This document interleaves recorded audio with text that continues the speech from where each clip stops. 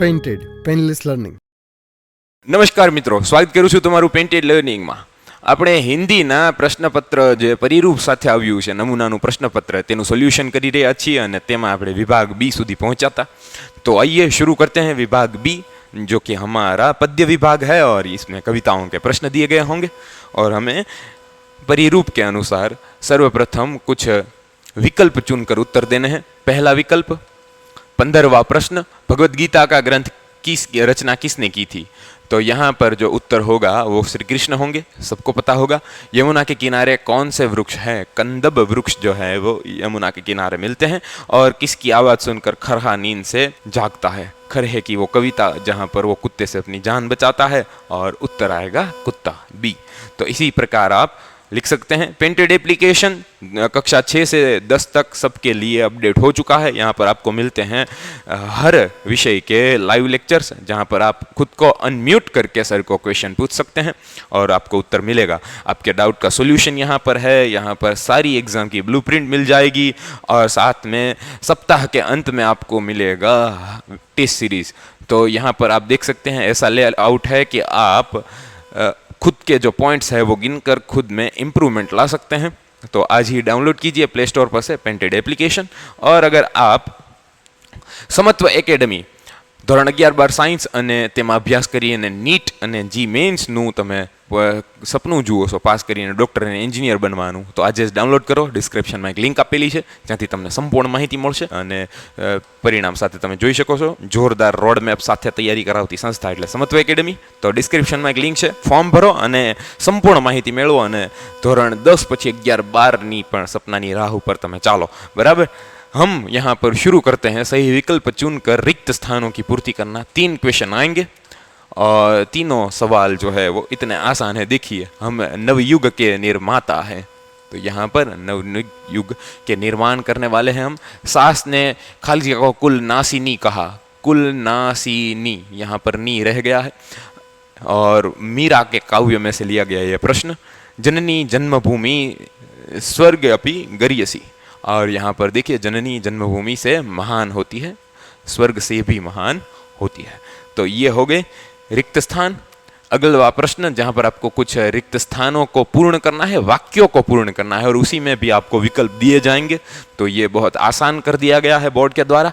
सोने का महत्व बढ़ता है क्योंकि उसमें सुहागा आता है, और अमीर खुसरो की पहेली में समोसा तला नहीं था, और तोते ने अपने जीवन का अंत कैसे किया? 5 साल बाद मान लिया, सुखेतर के अंत के साथ मान लिया, और 10 साल बाद मान लिया. तो यहाँ पर जो है ऐसे उत्तर आपको मिल जाते हैं.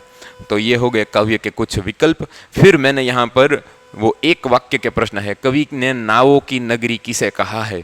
तो कवि ने यहाँ पर उत्तर जो है वो हमें संपूर्ण रूप में से एक वाक्य में लिखने होंगे. नावों की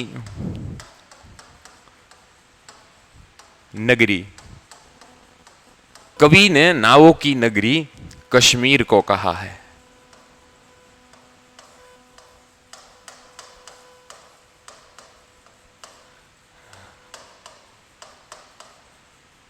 ऐसे आपको एक वाक्य में उत्तर लिखने हैं. रसखान किस पर्वत का पत्थर बनना चाहते हैं? तो आपको संपूर्ण वाक्य लिखना होगा. यहां पर रसखान गोवर्धन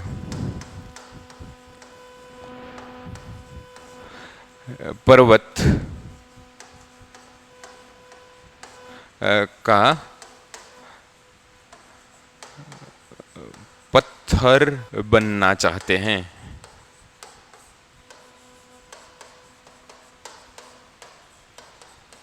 तो इस प्रकार आप संपूर्ण वाक्य लिखकर उत्तर देंगे, तभी 1 मार्क मिल सकता है. एक शब्द लिखकर मत आइएगा. 2-3 वाक्यों के उत्तर लिखिए. पहला प्रश्न है, पेड़ क्यों सूख गया था? यहाँ पर ये छोटा प्रश्न परिरूप में कैसे आया है पता नहीं, लेकिन इसका एक ही उत्तर बनता है कि शिकारी के विषैले बाण के कारण पेड़ सूख गया था. और उसके अथवा में जो दिया गया है उसमें 2-3 वाक्य बनते हैं. ढोंगी साधु साधोपदेश नामक कविता में जहाँ पर नकली और ढोंगी साधु का सत्य बताया गया है, उसी में से लिया गया प्रश्न कि साधु मौन व्रत धारण करता है क्योंकि एक साधु को लोग जीव ब्रह्म धर्म के बारे में पूछने आते हैं या फिर उसके तर्क करते हैं जिनका इन ढोंगी साधुओं के पास कोई उत्तर नहीं होता, जवाब नहीं होता। ऐसे में इनके सामने धर्म संकट आ जाता है। ऐसी कठिन सवालों से जवाब न देने पड़े और अपना अज्ञान सबको सामने न आ जाए, भांडा न फूट जाए, इसलिए वो बचने के लिए ढोंगी साधु मौन व्रत धारण करते हैं। इस प्रकार आपको उत्तर देने थे। बड़े प्रश्न 4-5 वाक्यों में उत्तर लिखिए। मीरा के पदों के अनुसार सतगुरु कौन है? तो सतगुरु की जो व्याख्या है मीरा के अनुसार ईश्वर ही है, ईश्वर के रूप में है। वे संसार रूपी सागर को पार लगाते हैं, वे ही हमें जीवन और मृत्यु के चक्कर से मुक्त कर मोक्ष की प्राप्ति करवाते हैं। और मीरा सतगुरु की शरण में जाकर सारी मोह माया भूल जाती है। सतगुरु की कृपा होने पर ही हमें जीवन के लक्ष्य की प्राप्ति होती है। तो यहाँ पर अध्यात्म के अंत में क्या मिलेगा, इस प्रकार की सोच रखने वाली मीरा जो है वो हमें सतगुरु के मार्ग पर चलने की बात कहती है।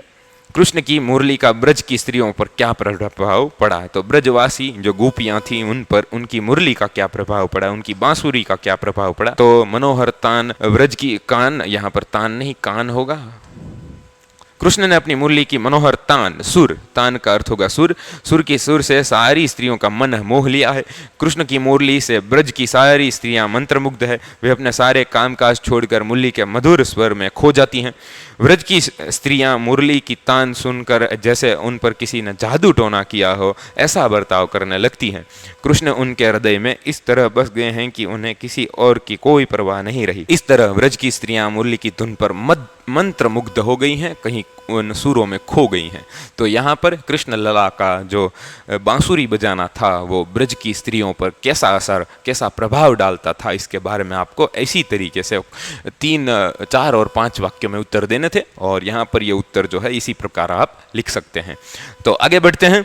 जहाँ पर आपको आशय स्पष्ट करने होंगे, वहाँ पर जो गद्य विभाग में था उसी तरह यहाँ पर आपको पंक्तियाँ समझानी होंगी। तो वह वसुदेव बना कुटुंबकम, इस पंक्ति में कवि ने पूरे विश्व को एक परिवार के रूप में बताया और भारतीय संस्कृति के मूल सिद्धांत के बारे में यह पंक्ति कहती है, वसुदेव कुटुंबकम के बारे में। जिस तरह एक परिवार के सभी सदस्य प्रेम भाईचारे से रहते हैं, उसी प्रकार इस विश्व के रूपी परिवार में भी सभी प्रेम और भाईचारे से रहना चाहिए। मातृभूमि सबको आपस में मिलजुल कर रहना सिखाती है।